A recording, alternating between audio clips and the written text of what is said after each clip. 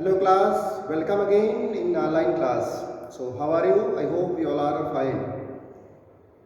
Today we are here for an introductory lecture of the chapter solid state, one of the very useful chapter in a physical chemistry class 12. The marks weightage is about 4 to 5 marks for the chapter and also consists of one of the numerical based on density and relation between radius of cation and voids anion.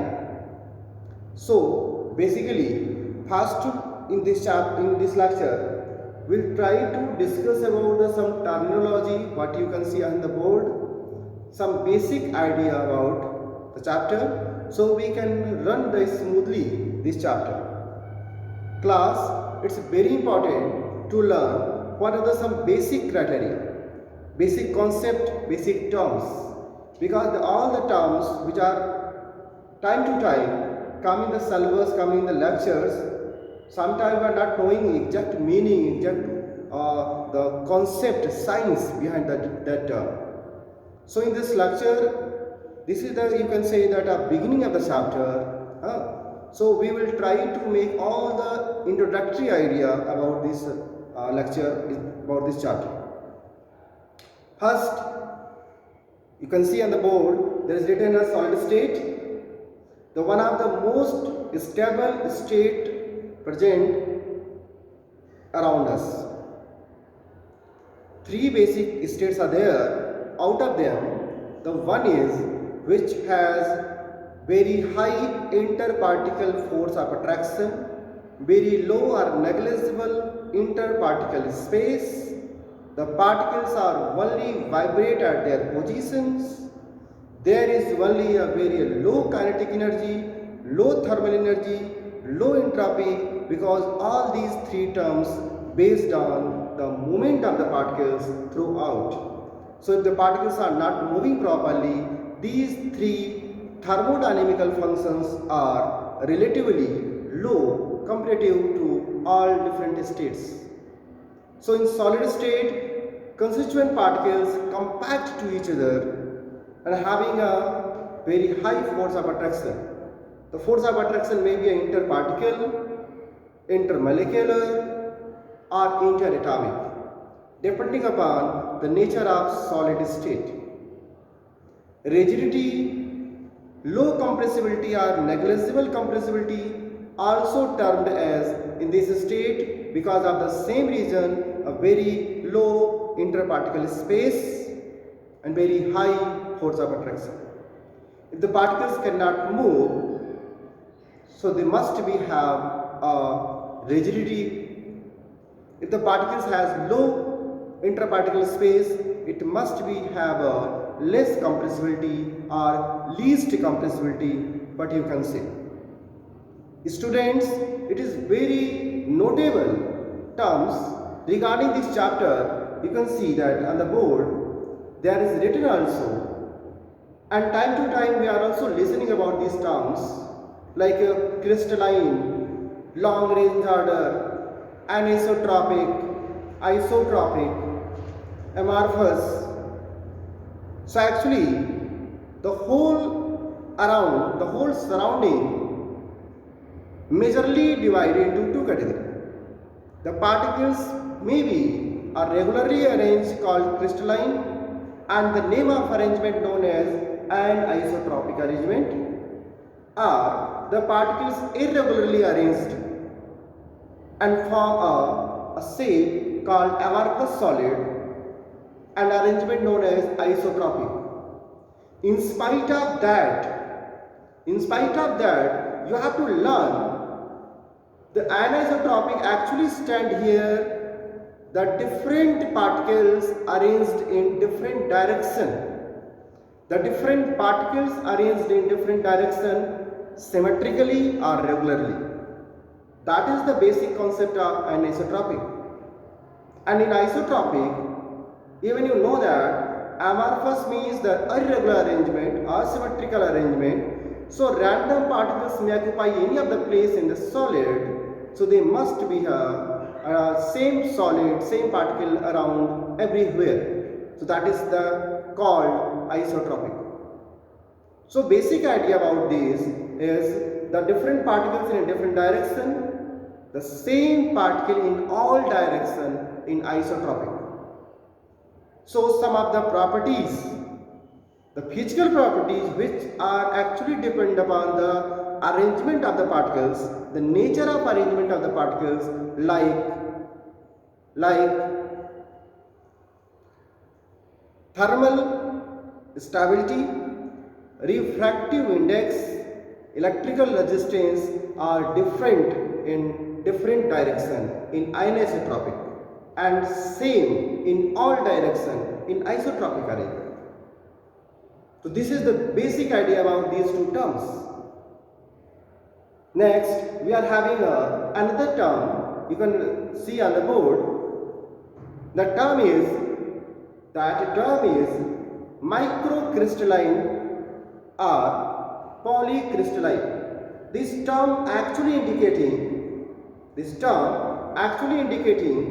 the sum of the solid around us, around you, are crystalline, means regularly arranged on the level of micro, and on the above, on upside, on whole, you can say they appeared as amorphous, as a random, but their single crystals are regularly arranged. They are called microcrystalline, like in a metals, and they are also called polycrystalline. So term polycrystalline actually you are using for those solids which are appeared as amorphous on whole, but on a micro level they are crystalline. Example you have to write here, metals. One of the very interesting term we are using here, the force of attraction, the nature of force. And the one important thing, the some nature of force are written there. Beside these, I also try to write some other force of attraction that you will listen in a first time. And look at the board. Quadrupole, pi interaction and halogen bonding. Actually, class, there are different types of force of attraction around us that responsible for the bonding between the atoms or bonding between the molecules. This is the reason why the different atoms or molecules are having a different strength, different melting and boiling point, different density, different refractive index, different mechanical strength. Actually all the properties based on the nature of force. We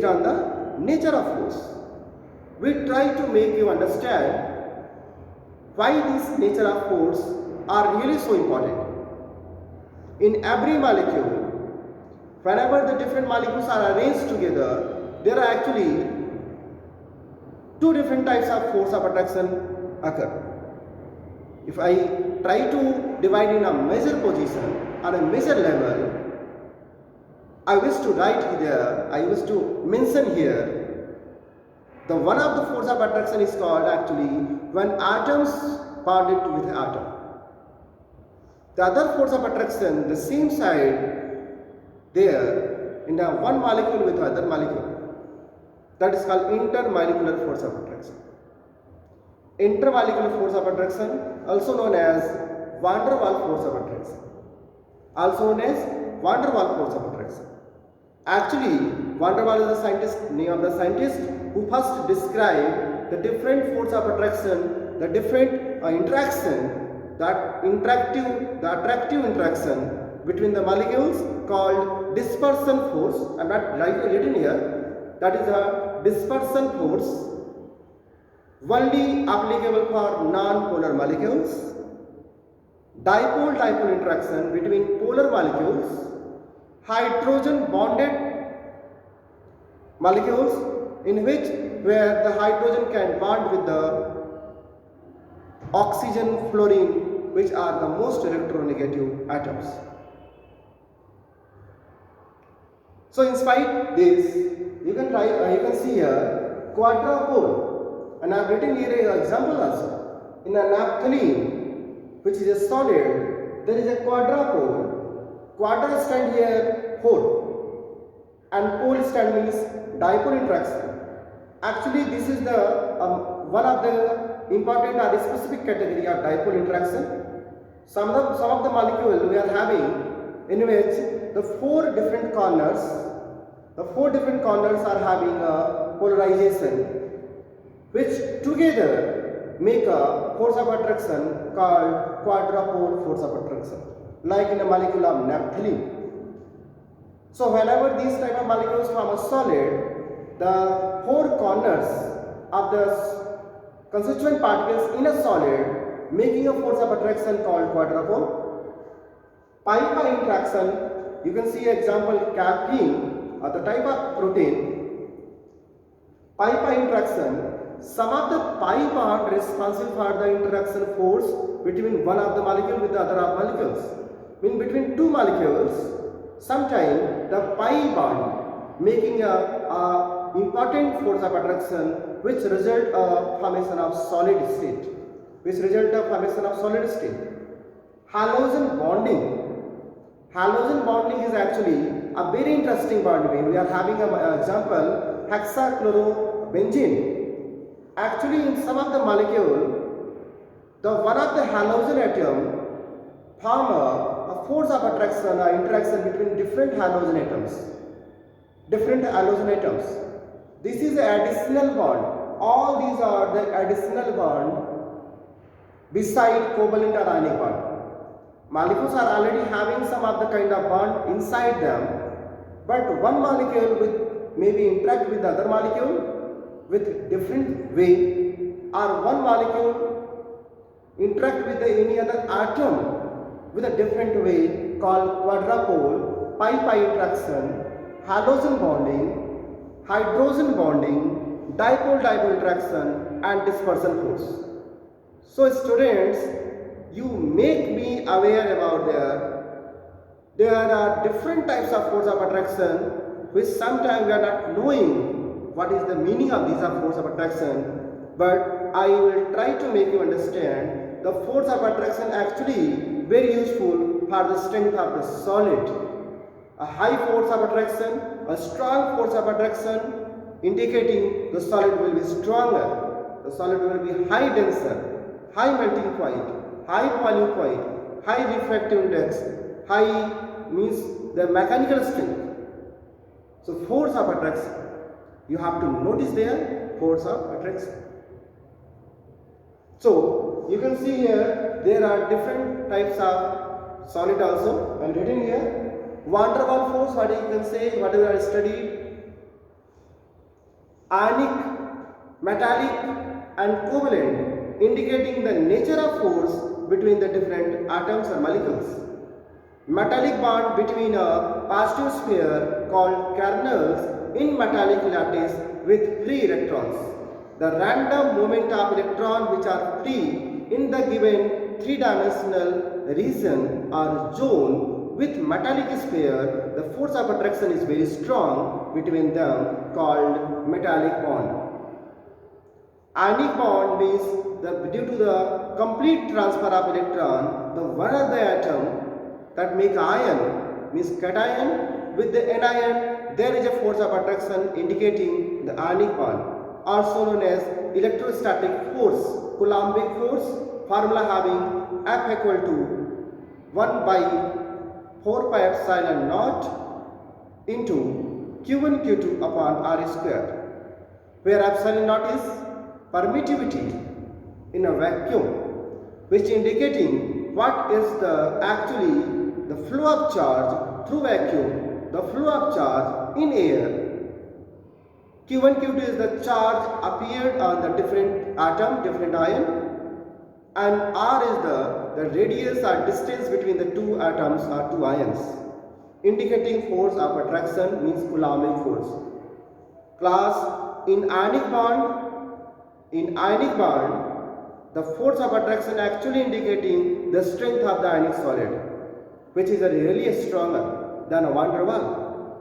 Metallic solid and covalent solid are also stronger because of the very hard and compact nature of particles and force of attraction as well. Students, mark here, the force of attraction is the one of the important topic to understand what is the nature of solid state. Further, we are going towards a symmetrical arrangement, a symmetrical study of the constituent particles. You can see on a board, I am making here a 4 different unit cell together, that is called a lattice. Lattice is actually the 3-dimensional arrangement of the unit cell, and unit cell is the smallest unit of 3-dimensional arrangement of constituent particles. So constituent particles are actually responsible for one 3D arrangement in a regular manner called unit cell, which is the basic part of the any given structure of solid state in crystalline form, and lattice is the same repeating unit of the same. You can see on the board, I am making a mark also. There are 1, 2, 3, 4, the 4 different unit cells together, and try to make you understand. This is the corner. This is the corner of in which all 4 unit cells are shared, and this particle which occupied at the corner called particles at corner. You can see this particle share with all 4 unit cells. See, all 4 unit cells. So at a time, the particle at a corner in the diagram share with all the unit cells. Also, if I am trying to make a 1 unit cell above each of the unit cell, one more unit cell above the same corner share with 4 other unit cells. Class, this is the only noticeable part. Whenever the particle occupy at the position, whenever the particle occupy at the lattice point, lattice site, you have to mark, you have to evaluate the fractional part of the particle per unit cell, and for corner this will become 1/8 per unit cell. That is the part the particle at the corner share with all 8 unit cells. You can see the particle in the body. Particles in the body never ever share with any other unit cell. So class, it is a remarkable study about the particles, how these particles occupy in the different region in unit cell to make different types of lattice around us. Actually, this is the nature of the particles. Always learn this.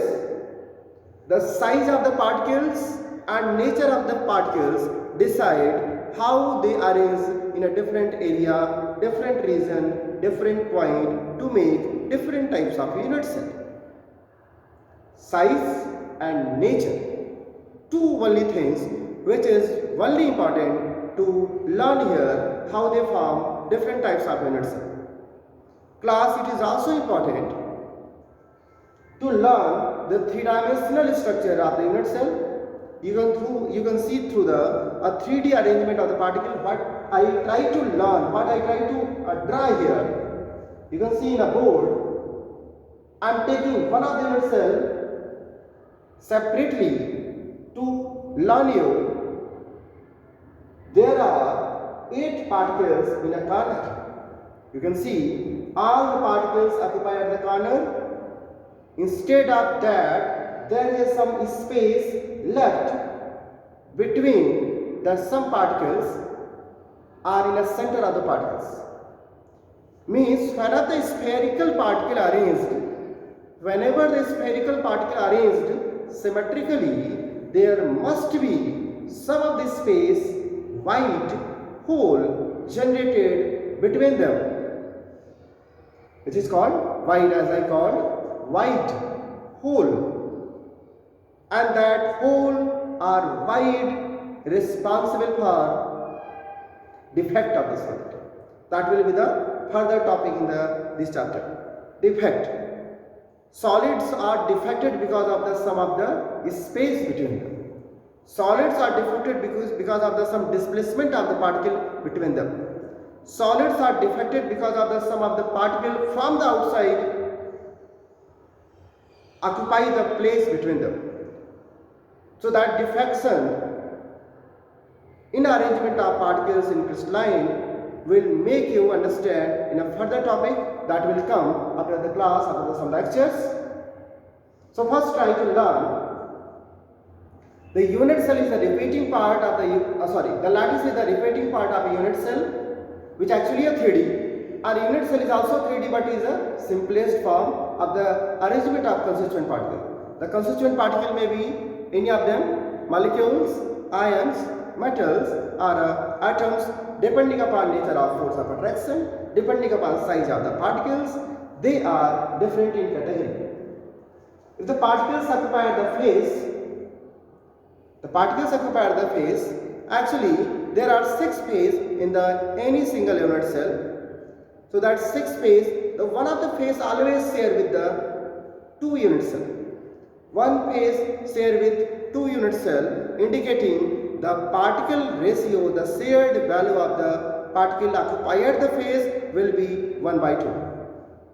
This is the some informatory word only. We will mathematically evaluate how these terms are calculated, what will be the effect of this term with the packing fraction density. Even all these topics are already run in the classes, but here in online class we will learn each and every terms. I am trying to